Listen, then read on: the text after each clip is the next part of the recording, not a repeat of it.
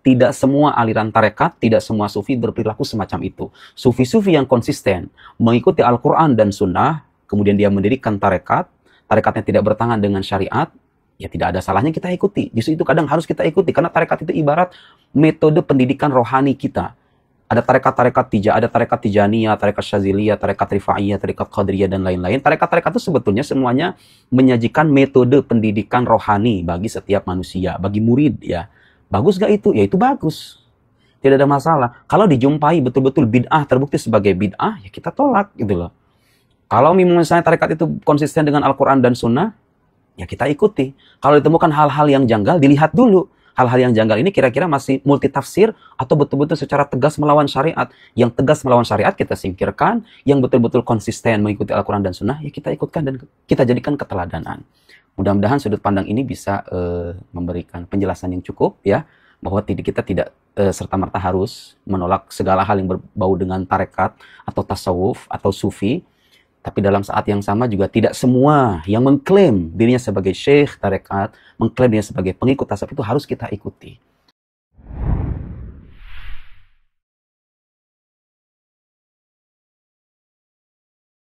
Kita bacakan terlebih dahulu. Muridnya, yaitu Yunus bin Abdul A'la, berkata, Sami'tu asy-Syafi'i yaqul, aku mendengar Imam Syafi'i berkata, "Lau anna rajulan tasawwafa min awalin nahar lam ya'ti alaihi adh-dhuhru illa wajadtahu ahmaq."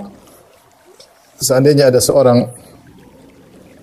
seorang ikut-ikutan tasawuf di pagi hari, maka belum datang zuhur kecuali kau akan dapati dia sudah bodoh, ya, sudah bodoh. Kemudian juga wa an Rabi' bin Sulaiman Al-Muradi, juga diriwayatkan dari murid Imam Syafi'i yang lain bernama Rabi' bin Sulaiman Al-Muradi. Beliau berkata rahimahullah, sami'tu Syafi'i yaqul, aku mendengar guruku Syafi'i berkata, ma ra'aitu sufiyan aqilan qat illa Muslim al-Khawas. Aku tidak melihat ada seorang sufi pun yang berakal kecuali satu orang saja, namanya Muslim al-Khawas. Wa an Harmalah bin Yahya, dan dari Harmalah bin Yahya juga murid Imam Syafi'i, beliau berkata, sami'tu Syafi'i yaqul, aku mendengar Imam Syafi'i berkata, wada'il ladzina idza atauka tanassaku, tinggalkanlah orang-orang kalau bertemu di depan engkau maka mereka seakan-akan ahli ibadah. Wa idza khalau kanu dhi'ab khifaf, adapun jika mereka sedang bersendirian maka mereka seperti serigala ya, yang berada di padang pasir, yaitu serigala yang maksudnya kalau sendirian bermaksiat, tapi kalau depan sok ahli ibadah. Tapi ini di antara riwayat-riwayat Imam Syafi'i yang menunjukkan bagaimana celaan Imam Syafi'i terhadap kaum sufiyah. Sungguhnya siapa sih kaum sufiyah? Kita dengar istilah tasawuf, istilah sufiyah. Sufiyah adalah istilah yang baru yang tidak ada di zaman Nabi SAW dan zaman para sahabat. Tidak ada istilah tasawuf atau sufiyah. Oleh karenanya para ulama berselisih pendapat tentang sufiyah ini nisbah kepada apa? Nisbah kepada apa ya? Ada yang mengatakan, ada khilaf panjang sebenarnya dijelaskan oleh Ibnu Jauzi rahimahullah. Ada yang mengatakan nisbah kepada nama seseorang yang di zaman jahiliyah mengurus Ka'bah. Ada yang mengatakan nisbah kepada kaum Suffah yang dulu di zaman Nabi ditinggali orang-orang yang miskin. Namun dikritik oleh para ulama kalau dinisbahkan kepada Suffah harusnya Sufi bukan Sufi. Tapi Sufi ada wawunya, Sufi. Oleh karenanya tidak pas dinisbahkan kepada Suffah. Ada yang mengatakan dinisbahkan kepada Sofa, yaitu tentang kebersihan hati. Harusnya kalau nisbah kepada Sofa harus namanya Sofai, ya. Ada yang mengatakan kepada Sofwah, intinya khilaf. Sebagian ulama merajihkan bahwasanya Sufi itu nisbah kepada Sufi. Sufi itu kain yang terbuat dari kain suf ya, dari bulu domba ya kalau tidak salah ya. Dahulu dipakai oleh orang-orang ya untuk melambangkan kezuhudan. Zuhud, hidup yang zuhud. Intinya istilah Sufi ini di zaman Nabi SAW tidak ada, dia muncul belakangan. Pertama kali kalau kita bandingkan dengan kaum Sufi di zaman dahulu ya, di kalangan setelah tabi'in ya. Mereka adalah orang-orang yang zuhud ya, berbicara tentang akhirat ya, membuat orang untuk zuhud terhadap dunia. Zuhud maksudnya membuat seorang merasa dunia itu rendah sehingga tidak tertarik dengan dunia ya. Muncul orang-orang saleh seperti disebutkan oleh oleh Ibnu Taimiyah rahimahullah, seperti Junaid ya, Fudail bin Iyad ya, Bishr al-Hafi, beberapa tokoh-tokoh orang-orang yang dikenal sebagai orang-orang ahli zuhud. Mereka dikenal dengan orang kaum Sufiyah atau orang menisbahkan mereka kepada kaum Sufiyah ya. Ya. Tetapi mereka ini masih di atas akidah Ahlussunnah wal Jamaah di atas thariqah yang lurus, di atas jalan yang benar. Hanya saja mereka lebih cenderung sering berbicara tentang akhirat, tentang zuhud terhadap dunia. Ya. Maka sehingga dinisbahkanlah mereka kepada kaum Sufiyah. Namun berjalan dengan waktu, kata Ibnu Jauzi dalam kitab Talbis Iblis, maka Sufiyah semakin berkembang, mulai muncullah bid'ah-bid'ah, ibadah-ibadah yang aneh-aneh, kemudian bahkan sampai akidah yang aneh-aneh. Kita bandingkan misalnya Sufiyah zaman dahulu seperti Junaid, Fudail bin Iyad dan para ulama di zaman tersebut yang dikenal sebagai orang-orang sufi atau dinisbahkan kepada sufi. Dan meskipun mereka belum tentu mengatakan diri mereka sufi, tapi mereka dinisbahkan kepada Sufiyah dan sebagian mereka mungkin juga termasuk dari Sufiyah. Kita bandingkan dengan Sufiyah zaman belakangan, ya, maka bercampur dengan akidah-akidah yang rusak, ya, seperti contoh dikenal dengan Imam Sufiyah Ibnu Arabi. Ibnu Arabi rusak akidahnya, berpendapat dengan wahdatul wujud, menganggap bahwasanya makhluk adalah Allah, Allah adalah makhluk, ya. Ya. Sampai dalam syairnya dia berkata, al-abdu rabbun wa rabbu abdun, ya laita syi'ri manil mukallaf. Hamba adalah Tuhan, Tuhan adalah hamba. Kalau begitu siapa yang disuruh untuk beribadah? Kau bagaimana menyuruh sang hamba beribadah sementara hamba tersebutlah Tuhan itu sendiri? Sampai dia meyakini semua yang disembah adalah Allah Subhanahu wa taala. Mau sembah berhala, mau sembah hewan, semua yang disembah adalah Allah, karena makhluk adalah Allah adalah makhluk. Ini keakidah yang rusak. Saya jelaskan panjang lebar dalam tesis saya tentang rusaknya akidah Ibnu Arabi yang memiliki pemahaman wahdatul wujud, manunggaling kawula Gusti, yang dia berkata dalam syairnya, aqadal khalaiqu fil ilahi aqaida wa ana taqadtu jami'a ma taqaduhu. Seluruh makhluk punya akidah, keyakinan berbeda-beda tentang Tuhan. Ada yang berkeyakinan Yahudi punya sendiri, Nasrani punya sendiri, Buddha, Hindu, Lao Tse, Konghucu, macam-macam punya akidah tentang Allah, tentang Tuhan berbeda-beda. Kata dia, wa ana taqadtu jami'a ma taqaduhu. Adapun aku meyakini seluruh keyakinan mereka. Seluruh yang mereka yakini aku yakini. Kenapa? Karena menurut dia semuanya benar, semuanya menyembah kepada Allah, hanya cara pengungkapan yang salah, karena semua juga adalah Allah, makhluk adalah Allah, adalah makhluk. Ini tentunya adalah akidah yang rusak. Demikian juga kaum Sufiyah seperti Al-Hallaj. Al-Hallaj yang mengatakan bahwasanya di balik jubahku adalah Allah Subhanahu wa taala, sampai dia kemudian divonis dibunuh, untuk dihukum bunuh oleh para ulama. Sehingga Sufiyah berkembang sampai di antara mereka ada yang benar-benar kelewatan batas sampai mengatakan juga kami sudah mencapai dengan latihan-latihan tertentu, dengan berkholwat dalam kegelapan dan macam-macamnya sampai pada derajat ma'rifat atau hakikat, maka saqata takalif, maka semua beban syariat sudah gugur. Maka tidak lagi perlu salat, tidak perlu ini, tidak perlu ini. Mereka berdalil dengan ayat, dengan pemahaman mereka. Allah berfirman, wa'bud rabbaka hatta ya'tiyakal yaqin. Hendaknya engkau wahai Muhammad menyembah Allah sampai datang keyakinan kepadamu. Mereka memahami ayat ini di akhir surat Al-Hijr. Sembahlah Allah sampai kau yakin. Kalau sudah yakin tidak perlu menyembah Allah. Padahal maksud al-yakin dengan ijma' ulama maksudnya adalah kematian. Yaitu Allah menyuruh Nabi untuk terus beribadah selama masih ada hayat di badan, ya, maka harus tetap beribadah. Ya. Makanya Nabi SAW ketika sakit-sakitan, beliau berusaha untuk sholat di masjid. Sampai beliau pingsan karena tidak kuat. Ketika beliau sadar, beliau berkata, hal sholat nas, orang sudah sholat? Maka dikatakan belum, hum yantaziruna. Mereka menanti engkau ya Rasulullah. Rasulullah SAW kemudian mandi. Rasulullah SAW merasa segar, dia ingin bangkit lagi, pingsan lagi sampai 3 kali. Rasulullah tidak mampu untuk salat. Maka Rasulullah mengatakan, "Muru Abu Bakar falyusalli bin nas." Suruh Abu Bakar jadi imam. Rasulullah berusaha beribadah sallallahu alaihi wasallam meskipun dalam kondisi sakit. Ini Rasulullah. Siapa lagi yang lebih yakin tentang Allah daripada Nabi? Siapa yang mengalahkan keyakinan Nabi Muhammad SAW terhadap Allah Subhanahu Wa Taala? Datang orang sufi, kemudian mereka melampaui batas, ditipu oleh syaitan. Mereka berkata, kalau kami sudah mencapai derajat ma'rifat hakikat, kami tidak perlu lagi mengikuti syariat, tidak perlu lagi sholat. Ini sampai luar biasa seperti ini. Sebenarnya orang sufi berlebihan juga. Seperti mereka mencela para ahli hadis, mereka meriwayatkan hadis-hadis dari para perawi, dari fulan, dari sahabat sampai Nabi SAW. Kata mereka, ngapain kalian sibuk dengan kertas, dari fulan, riwayat kami, haddatsani qalbi an rabbi. Hati kami telah meriwayatkan kepada kami langsung dari Allah Subhanahu wa taala, tidak perlu dari seperti kalian ya. Jadi sebagian sufiyah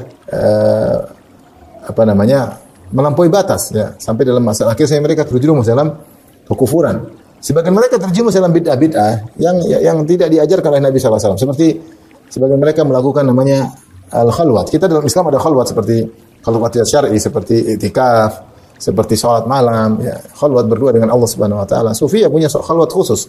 Mereka masuk di suatu tempat atau di rumah, kemudian digelapkan lampu, tidak boleh kena cahaya entah berapa puluh hari. Kalaupun makan mungkin makan tertentu, ya. Sehingga mereka semakin dekat kepada Allah Subhanahu wa taala. Sebagian mereka demikian. Ada sebagian mereka dalam kelambu kemudian kayak orang bertapa dalam kelambu. Syariat tidak pernah diajarkan oleh Allah oleh Nabi sallallahu alaihi wasallam, ya. Sampai di antara mereka mengatakan kami baru mendarat dari Sidratul Muntaha. Mendarat di Sidratul Muntaha, ya. Sehingga akhirnya ketika mereka berkhalwat, ada yang masuk dalam goa, ada yang masuk dalam rumah, dalam gelap-gelap, sehingga mereka akhirnya tidak berinteraksi dengan masyarakat, tidak meninggalkan hak istri, meninggalkan hak anak-anak. Kemudian mereka juga tidak sholat berjamaah, tidak sholat Jumat. Ini semua kerusakan yang tidak pernah diajarkan oleh Rasulullah SAW. Bahkan para sahabat dahulu mereka berusaha pergi ke masjid meskipun dalam kondisi sakit. Sampai mereka dipopoh. Fayuqam baina rajulain. Ya. Yuhadza baina rajulain, seorang sakit dipopoh oleh dua orang kemudian sampai diletakkan di saf. Dulu sahabat demikian. Ini malah berdiam-diam dalam kegelapan. Ini semua contoh-contoh bid'ah yang dilakukan oleh para sufiyah, ya. Sufiyah bertingkat-tingkat sehingga kita tidak bisa menyatakan sufiyah itu begini. Sufiyah itu berbagai macam. Kalau sufiyah maksudnya hanyalah sekedar zuhud kepada dunia, mengingat akhirat, maka kita semua dituntut untuk seperti itu. Tapi kalau sufiyah maknanya adalah tarekat khusus, punya cara ibadah khusus, punya zikir khusus, punya keyakinan khusus, punya akidah khusus, maka ini yang harus ditimbang dengan Al-Quran dan Sunnah. Saya seperti pernah ketemu seorang sufiyah. Dia sekarang alhamdulillah sudah sadar dan bahkan dia jadi ustadz sunnah. Saya ngobrol sama dia, belajar sama fulani, ya, sama Habib fulan atau sama Kiai fulan. Kemudian dia cerita, kita dibuat merasakan bahwa setiap kita dimanapun berada kita dilihat oleh guru kami. Sehingga akhirnya timbul dalam perasaan dia kalau dia mau melakukan maksiat, dia takut ketahuan sama guru, bukan takut oleh Allah dengan Allah Subhanahu wa taala. Sampai tingkatan seperti ini. Ya. Karena kalau dia pulang dari kegiatan biasanya gurunya nanya, "Kamu tadi gini ya, kamu tadi gini ya." Sehingga mungkin ada jin yang kasih tahu, sehingga yang terbetik dalam benaknya jangan sampai ketahuan sama kiainya, jangan sampai ketahuan sama gurunya, sampai ketahuan oleh ustadznya, jangan sampai ketahuan mursyidnya. Sehingga dimanapun dia melakukan kegiatan aktivitas, bayangin dia, saya dilihat oleh guru saya. Ini bukan lagi Allah yang basir, yang maha melihat, ya, tapi gurunya yang maha melihat. Sehingga dia pun bukan bertakwa kepada Allah, tapi takut kepada gurunya. Sampai seperti itu. Ya, ini contoh bahwasanya sufiyah itu macam-macam. Ya, sufiyah macam-macam. Oleh karenanya apapun bentuk sufiyah, kita harus timbang dengan Al-Quran Sunnah. Jika maksudnya adalah zuhud kepada dunia dan selalu mengingat akhirat, maka itu baik. Ya. Tapi jika tidak, maka tentu merupakan kesalahan. Nah, Al-Imam Syafi'i rahimahullahu ta'ala mendapati model-model sufiyah yang mulai muncul di zaman beliau. Ya. Sehingga kemudian beliau menyimpulkan, sebagaimana disebutkan oleh muridnya Yunus bin Abdul A'la rahimahullahu ta'ala, di mana beliau berkata, dan ini disebutkan dalam oleh Al-Baihaqi dengan sanad yang sahih dalam Manaqib Syafi'i dengan sanadnya, ya. Sehingga Yunus bin Abdul A'la kemudian dia berkata, sami'tu Syafi'iyya yaqul, aku mendengar Imam Syafi'i berkata, "Lau anna rajulan tasawwafa min awalin nahar." Kalau ada seorang ikut-ikut sufiyah, menjadi sufi di pagi hari, awal nahar masih di pagi hari, lam ya'ti alaihi adh-dhuhru illa waqad wajadtuhu ahmaq. Ya, belum datang waktu zuhur kecuali aku dapat dia telah pandil, telah bodoh. Dan subhanallah, benarlah perkataan Imam Syafi'i ini. Kita terapkan sebagian sufiyah zaman sekarang. Kita bilang apa ya? Hanya hal yang tidak masuk akal mereka sampaikan. Kalau kita bilang pandil ya pandil, bilang bodoh ya bodoh. Gimana ya? Di zaman sekarang sebagian sufiyah ya, misalnya aneh-aneh mereka seperti itu, tidak semua. Saya tidak mengatakan sufiyah, semua macam-macam orang. Ada yang akidahnya benar, ada yang akidahnya salah, ada yang maksudnya zuhud, ada yang akidahnya menyimpang. Sebenarnya kita tidak memberi hukum umum, mengeneralisir, tidak. Tapi sebagian sufiyah di tanah air kita aneh-aneh. Ya. Seperti mengatakan, nenek moyang kami ada yang bisa memadamkan api neraka. Subhanallah. Memadamkan api neraka. Ya. Tapi ada aja yang membenarkan. Tapi sebenarnya lagi mengatakan, di kota tertentu ada wali fulan, dia mendiamkan matahari. Matahari tidak berjalan. Sehingga masyarakat situ akhirnya gelisah karena lagi puasa sunnah kok enggak terbenam, tidak terbuka-buka karena rupanya mataharinya ditahan oleh wali fulan. Maksudnya subhanallah. Saya melihat mereka mengatakan tidaklah Allah menurunkan azab kepada satu kaum kecuali Allah kasih tahu dulu kepada wali fulan atau wali kutub fulan. Kalau dia setuju maka Allah turunkan, jika tidak maka Allah tidak turunkan. Ini siapa yang memahami seperti ini? Apa tidak kepandiran seperti ini? Ya. Ya, benar kata Imam Syafi'i. Tidaklah dia ikut-ikut sufi di pagi hari dan dia mendalami kecuali sebelum zuhur dia sudah pandir, sudah bodoh, ahmak. Ini perkataan Imam Syafi'i, bukan perkataan saya. Ya. Jadi kalau mulai percaya di awal, begitu cepatnya kebodohan. Karena kalau sudah masuk dalam dunia sufia, yang hanya pasti itu mungkin, semuanya mungkin, meskipun tidak logis. Ya. Di antara mereka yang mengatakan wali fulan mi'raj kepada Allah dalam sehari 70 kali. Nabi Muhammad SAW saja Isra Mi'raj sekali seumur hidup. Ini mengatakan dalam sehari 70 kali mi'raj bertemu Allah Subhanahu wa taala. Kalau kita menceritakan aneh-aneh, ya.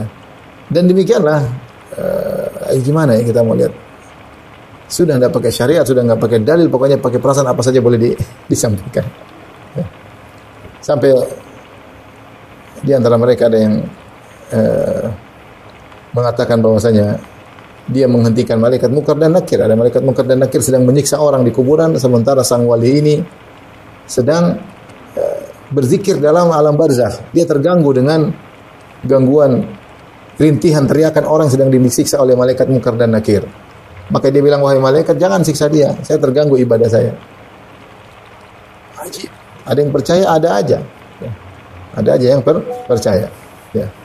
Sampai di antara mereka juga ada yang berkata, ya. Sebenarnya saya kalau dengar aneh-aneh. Ya. Ada seorang mau menziarahi kuburan Nabi SAW. Wali fulan menziarahi kuburan Nabi SAW. Ketika dia menziarahi kuburan Nabi, ternyata Nabi sedang keluar dari kuburan, sedang ziarah ke wali yang lain. Di Yaman atau di mana ya. Maka akhirnya Fatimah keluar. Semua keluar dari kuburan nih. Fatimah juga keluar dari kuburan. Kemudian berkata kepada wali tersebut, kamu mau kemana? Kata wali tersebut, saya ingin ke kuburan ayahmu. Kata Fatimah radhiyallahu anha, ayahku lagi tidak di kuburan. Ayahku lagi ziarah ke wali fulan. Nabi sampai ziarah ke wali fulan. Sampai kuburannya kosong. Sehingga orang banyak datang ke kuburan Nabi, isinya tidak ada ya. Ini semua kedunguan-kedunguan yang terjadi banyak dialami oleh sebagian orang-orang sufi. Namun itu kenyataan yang ada. Belum kalau kita baca dalam sebagian biografi buku-buku sufi ya. Sebutkan kana radhiyallahu anhu adalah si wali fulan, semoga Allah meridhoinya, melakukan kemungkaran dan meninggalkan kewajiban. Subhanallah. Bahkan ada yang dikatakan tidak ada kewajiban kecuali ditinggalkan, tidak ada kemungkaran kecuali dilakukan. Radhiyallahu anhu. Bagaimana? Ya. Kepada ada wali fulan di antara keistimewaannya, di antara karamahnya, dia tidak pakai baju sekian lama ya. Sekian maksudnya kalau kita baca begini-begini kok dipercayai ya. Makanya sampai sekarang misalnya kita dapati orang mengatakan ada orang gila jadi wali. Apakah ini bukan kepandiran ya? Orang gila yang dia tidak sholat, mungkin melakukan maksiat, kan dia gila. Mungkin dia ngerokokan, mungkin dia apa, mungkin dia joget-joget. Dia orang gila mau diapain? Kemudian dianggap wali. Dianggap dia wali siapa orang sufi. Kalau orang bukan sufi mana anggap orang gila, kasihan lihat orang gila, kita kasihan. Dia harus dikarantina atau bukan dianggap wali, maka diperebutkan makanannya, diperebutkan minumannya, diusap-usap tubuhnya. Kadang tidak pakai baju, kadang tidak mandi, kemudian diperebutkan ngantri dengan karomahnya. Ini gila, karomah. Kasihan ya. Kenapa sampai dia gila? Karena saking cintanya kepada Allah, maka dia majzub, tertarik, terbawa oleh Allah Subhanahu wa taala. Ya, akhi, siapa yang lebih cinta kepada Allah daripada Nabi, daripada para sahabat? Adakah seorang sahabat? Satu saja. Yang mereka cinta kepada luar biasa, mengorbankan jiwa, raga mereka, harta mereka, cinta mereka luar biasa. Kemudian jadi gila gara-gara cinta kepada Allah. Jadi gila karena Allah perhatian sama dia. Enggak ada ya. Enggak ada. Nah, yang menganggap wali gila bukankah ini kepandiran? Ada wali, orang gila dianggap wali. Subhanallah. Tapi kalau kita diskusi percuma, kita pasti ya ini kan bisa saja, semua bisa saja, tapi kan apakah demikian ya? Ada wali bisa matikan api neraka ya, bisa saja. Kalau bilang bisa saja kalau Allah izinkan, tapi mana izinnya dari Allah Subhanahu wa taala? Nabi saja berkata, "Ya fulan anqidhi nafsak minan nar." Wahai fulan, anqidh nafsak minan nar. Anqidh anfusakum minan nar. Ya Fatimah, anqidhi nafsak. Wahai Fatimah, selamatkan dirimu dari neraka. Wahai fulan, wahai bani fulan, selamatkan diri kalian dari neraka. La ughni ankum minallahi syai'a. Aku tidak bisa membantu kalian sama sekali. Ini Nabi tidak bisa membantu orang masuk neraka, ini bisa madamkan api neraka. Oh, dibilang pandir ya pandir. Benar perkataan Imam Syafi'i. Benar perkataan Imam Syafi'i. Oleh karenanya disebut ke dalam Imam Syafi'i pernah berhadapan dengan orang seperti ini ya. Dalam Manaqib Syafi'i al-Baihaqi jilid 2 halaman 27 sampai 29 ada seorang dari kaum sufi yang disebutkan dari sufi Kolandria atau Sofia Sofia di Kolandria ya. Jadi Malamiyah itu sufi model kaum sufi ya. Jadi orang ini dari Malami dari sufi Malamiyah dia mengejek Imam Syafi'i ini mengatakan al-battal yaitu Imam Syafi'i diejek sebagai pengangguran ya. Kurang kerjaan. Kalau Imam Syafi'i lagi ngajar di masjid al-battal ya. Pengangguran. Jadi Imam Syafi'i dia punya penyakit. Imam Syafi'i meninggal di antara karena penyakit wasir ya. Sehingga Imam Syafi'i kalau dia ada majelis maka dia kasih parfum di tiang yang disebutkan. Di tiang tempat dia duduk situ dikasih parfum sehingga agar mengurangi mungkin aroma yang tidak sedap. Tiba-tiba suatu hari orang ini dia datang hadir majelis Syafi'i. Ini disengaja Imam Syafi'i dia mengatakan batal pengangguran. Kemudian dia meletakkan kotoran ya akramakumullah tahi kotoran di kumisnya, kemudian dia masuk di majelis Imam Syafi'i. Maka Imam Syafi'i kaget, biasanya majelisnya harum karena dia sering taruh parfum, tahu-tahu dia cium bau yang tidak enak. Maka Imam Syafi'i berkata kepada murid-muridnya, "Fattishuni alakum, coba buka sendal kalian. Ada kotoran enggak?" Karena dulu kan mungkin pasir jadi bawa sendal. Qalu ma nara syai'an ya Aba Abdullah. Kata mereka, kami tidak temukan kotoran di sendal-sendal kami. Kemudian kata Imam Syafi'i, maka fayashummu ba'dukum ba'dha, hendaknya sebagian kalian mencium satu yang lainnya, saling mencium, ada bau enggak? Akhirnya mereka mengatakan, ya Syafi'i, ya guru kami ini ada orang ini bau, ya. Dia taruh kotoran di ini jadi bikin bau tai di kotoran di kumisnya. Maka Imam Syafi'i berkata, "Ma hamalaka ala hadza?" Kenapa kau bikin demikian? Maka dia mengejek Imam Syafi'i, dia berkata, "Ra'aitu tajabburaka fa aradtu an atawadha lillah." Ya. Aku lihat engkau angkuh ya. Maka aku ingin aku tawaduk kepada Allah sehingga taruh kotoran di di kumisnya ya. Maka datanglah polisi atau petugas kemudian diambil orang ini kemudian dipukul ya 30 kali atau 40 kali karena dia melakukan dua kesalahan. Pertama dia bawa kotoran di masjid dengan sengaja, bawa kotoran di masjid. Yang kedua dia sholat tanpa bersuci. Kan dia sholat ada kotoran di ini kan tidak sah karena bawa kotoran di tubuh. Maka dia dihukum karena itu. Ini karena kepandiran ya, ingin tawadhu, mau taruh kotoran di kumis ini dialami oleh Imam Syafi'i. Maka benar berkata Imam Syafi'i, aku tidak melihat seorang sufi di pagi hari belajar sufi kecuali di siang hari sudah aku dapati dia bodoh. Otak sudah kalau sudah sufi otak terkunci, tidak mau lihat dalil, Al-Qur'an Sunnah tidak ada. Pokoknya kata nenek moyang begini kita ikuti. Ya. Mau dibilang susah kita bicara. Ya. Katanya Nabi hadir dalam kajian, dalam beberapa kajian Nabi hadir, bahkan dalam satu waktu 10 kajian Nabi hadir, percaya saja. Ya. Banyaklah kita mau bicara juga sulitnya, mau dicerna tapi kata mereka begitu ya. Baik, kita lanjutkan. Wa an Rabi' bin Sulaiman al-Muradi dari murid Imam Syafi'i yang bernama Rabi' bin Sulaiman al-Muradi menguatkan apa yang sudah kita sebutkan tadi. Yang dinukil oleh Imam Syafi'i bahwasanya tidaklah seorang belajar sufi di pagi hari kecuali sebelum datang siang dia sudah pandir, sudah bodoh. Kata Rabi' bin Sulaiman al-Muradi, qala sami'tu Syafi'i yaqul, aku mendengar Imam Syafi'i rahimahullah berkata, "Ma ra'aitu sufiyan aqilan qad illa muslim al-khawas." Aku tidak mendapati seorang sufi pun yang berakal kecuali muslim al-khawas. Jadi Imam Syafi'i mendapati orang sufi banyak yang ngaku sufi semuanya pandir, tidak berakal, akal mereka pergi. Cuma satu orang yang dia dapati baik, itu akalnya masih bagus. Ya, Muslim al-Khawas ya. Maka terkadang seorang belajar sufi akalnya hilang. Kadang dibodoh-bodohi oleh gurunya. Ya, saya pernah ketemu seorang dia belajar sufi di suatu daerah, dia sebutkan, saya tidak ingin sebutkan dalam kajian, tapi seorang sufi terkenal. Ini orang ya, saya belajar di sana berbulan-bulan, 1-2 bulan, saya tidur di situ, kemudian saya setiap hari Jumat enggak ada orang ini. Setiap hari Jumat tidak ada. Kita sholat Jumat dia nggak ada ruangan masuk dia, katanya dia sholat Jumat di Mekah.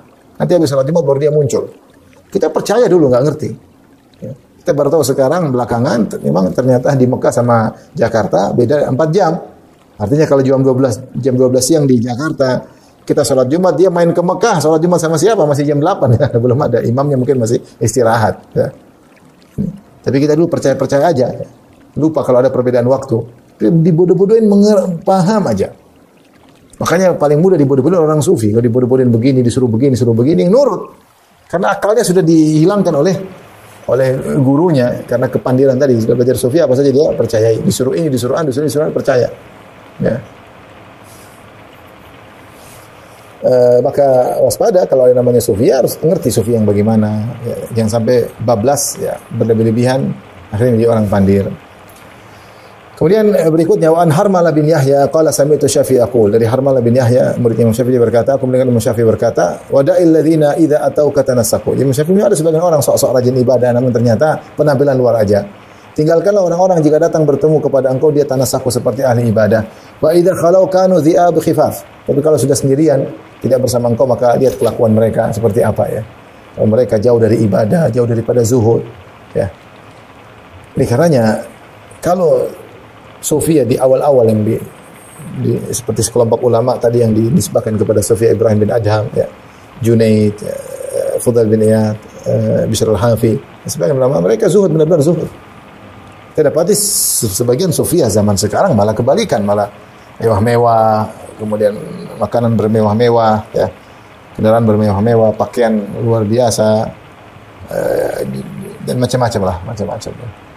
Kadang sebagian mereka membanggakan kemewahan, maka jauh daripada orang-orang Sufia di awal-awal, ya. Oleh karena terkadang mereka sok seperti rajin ibadah kata Imam Syafi'i, tapi ternyata ketika bersendirian jauh daripada ibadah kepada Allah Subhanahu wa taala. Tapi kita lanjutkan bab berikutnya, bab maja'an dari Imam Syafi'i fi ghina'i Sufiyah. Bab tentang riwayat-riwayat yang datang dari Imam Syafi'i yang tentang nyanyian-nyanyian kaum Sufiyah. Nyanyian kaum Sufiyah ini sudah ada sejak zaman dahulu. Kadang disebut dengan sama, itu sama maksudnya mendengar nasyid-nasyid, kemudian sampai joget-joget. Ada Imam Syafi'i menamakan dengan takbir, at-takbir. Ya. Kita dengarkan Anil Hasan bin Abdul Aziz berkata, qala sami'tu Syafi'i yaqul. Aku Imam Syafi'i berkata, khallaftu bil Iraqi syai'an yusamma at-takbir. Wa ba'athu az-zanadiqatu yashtaghiluna bi anil Qur'an. Aku meninggalkan Irak. Itu Imam Syafi'i pergi ke Mesir. Karena beliau lama di Irak, kemudian beliau meninggalkan Irak, meninggalkan Baghdad, beliau menuju ke Mesir. Kata beliau, ketika aku meninggalkan Mesir, aku meninggalkan di sana ada sesuatu yang disebut dengan takbir. Dilakukan, diletakkan atau dibuat oleh orang-orang zanadiqah, orang-orang zindiq, yang membuat mereka terlalaikan dari Al-Quran. Apa yang dimaksud dengan takbir yang Imam Syafi'i mencela takbir. Yang kata Imam Syafi'i, takbir itu membuat orang lalai dari Al-Quran. Takbir ini itulah tadi, nyanyian-nyanyian, nasyid-nasyid. Ada yang mengatakan disebut takbir diambil dari gubar. Gubar itu debu, ya, karena dahulu ada kulit, mereka datang ada kulit-kulit yang sudah tua, yang sudah kering, di situ bercampur tanah dan mencampur gubar, mencampur debu. Ketika mereka melakukan majelis nasyid-nasyid, di antara mereka ada yang mukul-mukul pakai kayu ke kulit tersebut sehingga muncul bunyi ketukan-ketukan. Mereka pukul-pukul sehingga kemudian debu-debu berterbangan, sehingga disebut dengan takbir. Ini pendapat. Sebenarnya mengatakan yang dimaksud dengan takbir adalah nasyid-nasyid atau syair-syair, bait-bait yang disenandungkan untuk yudzakir bil ghabirah wa yuzahid bil hadirah, agar seorang mengingat tentang al-ghabirah, maksudnya ingat akhirat, dan membuat orang zuhud terhadap dunia. Jadi ini syair-syair zuhud, tapi disampaikan dengan alhan, dengan ketukan-ketukan tertentu, ya, disebut dengan takbir, ya. Ini dibenci oleh Imam Syafi'i. Kata Imam Syafi'i, kenapa? Karena ini bisa menghalangi orang dari Al-Quran. Karena orang kalau sudah sering nyanyi-nyanyian, dia malas baca Quran. Mulutnya lebih senang bersenandung, keluarnya nyanyian. Kapan senandung Al-Quran, sementara dia lebih senang dengan nasyid-nasyid. Padahal nasyid-nasyid terkait dengan kezuhudan, tapi disajikan dengan ada ketukan-ketukan, ya. Dan terlalu sering, Imam Syafi'i tidak suka seperti ini, karena membuat orang terlalaikan dari Al-Quranul Karim. Baik,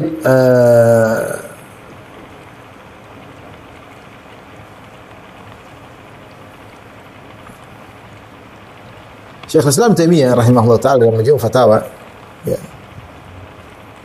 beliau membahas di antaranya ketika beliau mengomentari, ya, perkataan Imam Syafi'i tersebut. Khallaftu bi Baghdad syai'an ahdatsatu zanadiqa yusammunahu takbir yasudduna bihi nas 'anil Qur'an. Dari Hasan bin Abdul Aziz Al-Harrani, dia mengatakan, aku mendengar Imam Syafi'i berkata, aku meninggalkan di Baghdad sesuatu yang dibuat-buat oleh kaum zanadiqah. Mereka menamakannya dengan takbir, menghalangi orang dari Al-Qur'an. Kata Ibnu Taimiyah mengomentari perkataan Imam Syafi'i ini, wa hadza min kamali ma'rifati Syafi'i wa ilmihi bid-din. Dan ini menunjukkan sempurnanya ilmu Imam Syafi'i dan wawasannya tentang agama. Fa innal qalba idza ta'awwada sama' al-qasaid wal abyad wal tadza biha hasalahu nufurun an sama' al-Qur'an wal ayat. Maka hati kalau sudah terbiasa mendengar qasidah-qasidah, lantunan-lantunan, syair-syair, padahal tentang zuhud nih, tentang zuhud, bukan tentang wanita, bukan tentang dunia, bukan tentang zuhud. Agar zuhud terhadap dunia, untuk ingat akhirat. Tapi kalau hati sudah terbiasa mendengar qasidah-qasidah dan bait-bait, kemudian wal tadza biha, dan dia merasa nyaman, kelezatan dengan syair-syair tersebut, maka muncul dari hati tersebut tidak merasa jauh dari mendengar Al-Quran. Tidak nyaman lagi, kurang nyaman untuk mendengar Al-Quran. Lebih senang mendengar zuhud syair-syair tersebut. Ada rasa tidak nyaman, rasa jauh dari mendengar Al-Quran, ayat-ayat. Fayastaghni bisama'i syaitan anis sama'ir rahman. Dan akhirnya hati merasa nyaman dengan mendengar syaitan daripada mendengar lantunan firman Allah Subhanahu wa taala.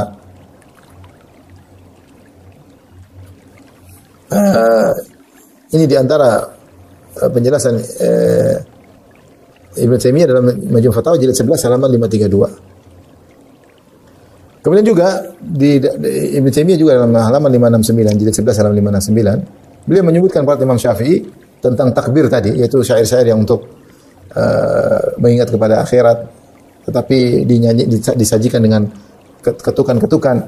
Demikian juga beliau menukil dari Yazid bin Harun rahimahullah. Kata Yazid bin Harun, ma yughabbiru illa al-fasik. Tidak ada yang melakukan kegiatan takbir kecuali orang fasik. Ya. Wa mata kana takbir? Sejak kapan ada takbir? Seperti di zaman Nabi tidak, zaman sahabat tidak ada, zaman tabi'in tidak ada, yang muncul belakangan. Tidak ada. Meskipun tujuannya baik untuk mengingat akhirat, namun cara-cara seperti tidak ada di zaman para salaf. Wa su'ila anhu al-Imam Ahmad faqala akrahu wa huwa muhdath. Imam Ahmad ditanya tentang takbir, kata Imam Ahmad, aku tidak suka dengan ini karena ini perkara bid'ah. Ya. Ini adalah perkara bid'ah. Oleh karenanya Ibn Taimiyah menyebutkan bahwasanya para ulama dahulu tidak ada yang pernah ikut majelis seperti ini. Ibrahim bin Adham, Al-Fudail bin Iyad, Ma'ruf Al-Karhi, Abu Sulaiman Ad-Darani, Ahmad bin Abil Hiwari, Wasirri dan seterusnya. Mereka tidak pernah menghadiri acara-acara seperti ini. Mereka orang alim, mereka zuhudnya luar biasa, tapi mereka tidak mencari kezuhudan dengan mendengar bait-bait syair seperti ini. Oleh karenanya apa yang dilakukan oleh sebagian saudara-saudara kita, nyanyi melulu kerjanya, nyanyi berjam-jam, nyanyi, terkadang pakai rebana, terkadang pakai ketukan-ketukan. Ini yang disebutkan oleh Imam Syafi'i. Mau isinya mengingat akhirat pun dilarang oleh Imam Syafi'i. Imam Syafi'i tidak suka. Ini padahal cuma pakai kulit, dipukul-pukul pakai kayu, takbir sehingga ada debu-debu.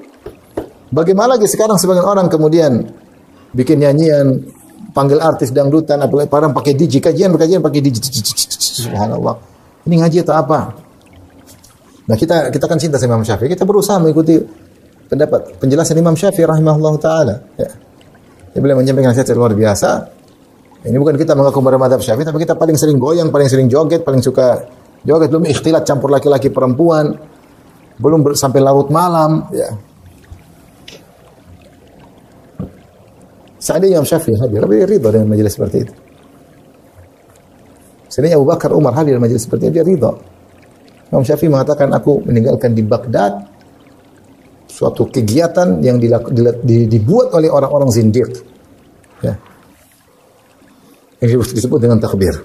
Oleh karena Ibnu Taimiyah kemudian menjelaskan lebih panjang, dia mengatakan bahwasanya para ulama dahulu tidak pernah menghadiri majelis-majelis seperti ini. Kemudian beliau berkata lagi, "Wa ma dzakara Syafi'i min annahu min ihdatsy zanah kalamun imamun khabir."